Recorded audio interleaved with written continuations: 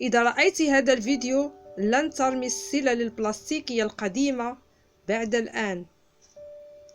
كما ترون سلل رائعة، صراحة لم أكن أتوقع هذه النتيجة.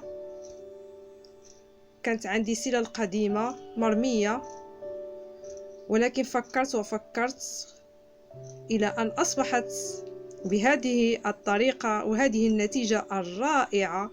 تابعوا معي الفيديو إن شاء الله. وليس أمرا، لا تنسى الاشتراك في القناة وتفعيل الجرس ليصلك كل جديد. هذه هي السلل التي كنت سأرميها، سأقوم بصباغتها باللون الأسود. تابعوا معي. ترى بعد أن أصبحت جافة سنقوم الآن باستعمال السيليكون الساخن بالمسدس الحراري والثوب. أي ثوب لديكم. أنا هنا استعملت ثوب الشيلان، يعني الشال، أغطية الرأس. الشال عندما يصبح لم نعد نستعمله، يعني أصبح غير مرغوب فيه. إذا كان الثوب جميل مثل ثوب الحرير نقوم باستغلاله بهذه الطريقة. المهم الثوب يكون جميلا، يعطي جمالية للشيء.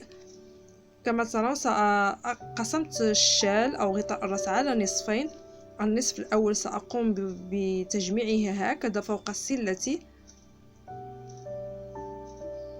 طريقة سهلة جد وبسيطة، فقط بالسيليكون. ونقوم بجمع الثوب وعمل شكل جميل. هذه هي الطريقة، أبسط ما يكون.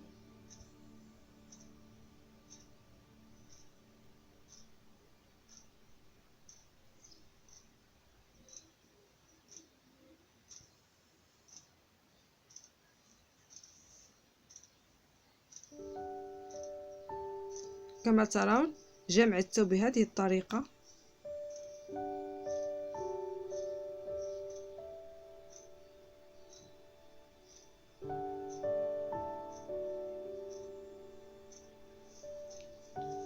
بعد أن انتهيت سأقوم بالنصف الثاني للشال، سأقوم بجمعه هكذا وعمل ربطة جميلة، يعني الشكل يعطي منظر جميل.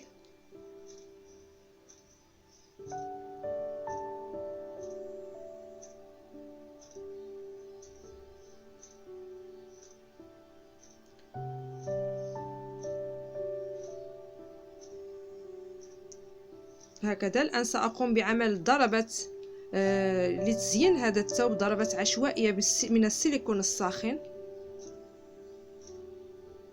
هذه الطريقة تعطي منظر جميلا صراحة. السيليكون الساخن بهذه الطريقة العشوائية فوق السلة، على ثوب السلة، ثوب وحواف السلة كما ستشاهدون الآن. ونتركها تجف. هذا السيليكون، طبعا السيليكون هذا يجف بسرعة. كما ترون ضربة عشوائية فوق حواف السلة.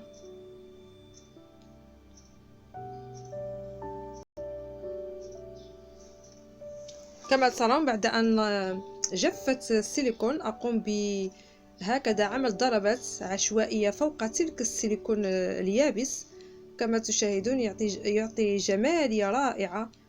وكذلك نقوم بضرب الفرشاة على الثوب كذلك ليعطي جمالية أكثر. كما تشاهدون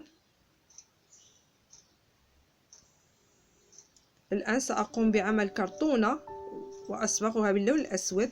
أعمل هذه الكرتونة للكتب القديمة، سأقوم بصباغتها باللون الأسود لأستعملها. صبغت تلك الكرتونة، أي كرتونة لديكم. هنا استعملت الكرتونة للكتب القديمة. بعد أن صبغتها بلون الأسود عملت هكذا ضربات عشوائية باللون الذهبي. بعد كذلك أن ألصقتها بالسيليكون الساخن هكذا.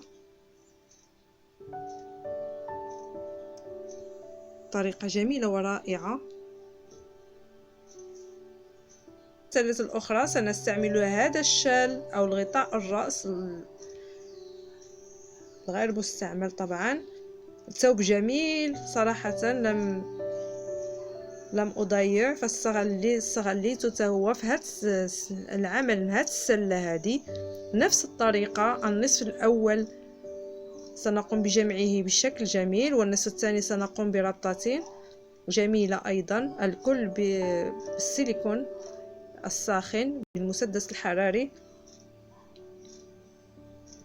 المهم استغلال هذه السلال صراحة عندما تكون قديمة لا تعجب، ولكن عندما نقوم بتغييرها وتزيينها بهذا الشكل تصبح جميلة جدا.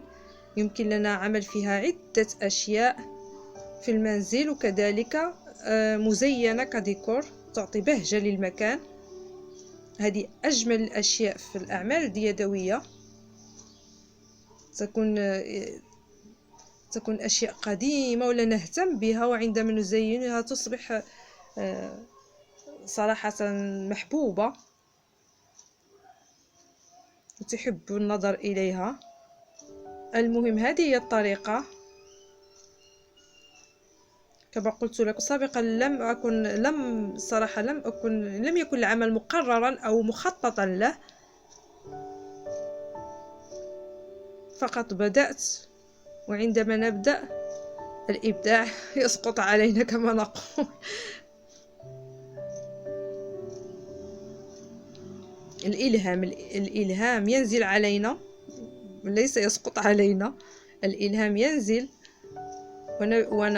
ونبدأ في الابتكار والإبداع. المهم الإنسان يقوم بعمل شيء مهم وهادف، والإنسان يملأ الفراغ، لأن الفراغ صراحة الفراغ قاتل. من الأحسن الإنسان يستغل وقت الفراغ ديالو في أشياء جميلة وهادفة لترجع عليك، ولو لم تكن مادية، ترجع على الإنسان بنفسية جميلة وراحة نفسية.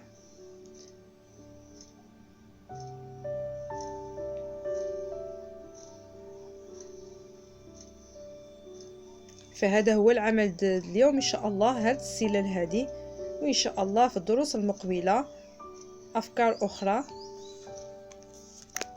وكنشكر دائما الناس اللي كيشجعوني والصديقات والأصدقاء بدون استثناء، كل الشكر والتقدير لكم. وكنشكر الناس اللي دخلت عندي جديدة كذلك، وكنتمنى الناس اللي دخلوا جديدة ما ينساوش يعملوا الاشتراك والإعجاب وتفعيل الجرس باش أي حاجة تنزلت جديدة تظهر عندكم، لأن تفعيل الجرس ضروري في القنوات حتى يظهر لكم أي عمل جديد. كم دائما كرتونة وصباغتها باللون الأسود، صباغة سهلة، وضربات عشوائية باللون الذهبي كذلك. تلك ضربات ضربات بالسيليكون، مسدس الحراري، ضربات بالسيليكون. عندما تجف نقوم بصباغتها باللون الذهبي بضربات عشوائية للفرشاة هكذا كما تشاهدون. رائعة كما ترون، السيليكون، ضربات السيليكون كما تشاهدون بصباغة ذهبية فوقها، أعطت كأنها ورود كما ترون. صراحة رائعة.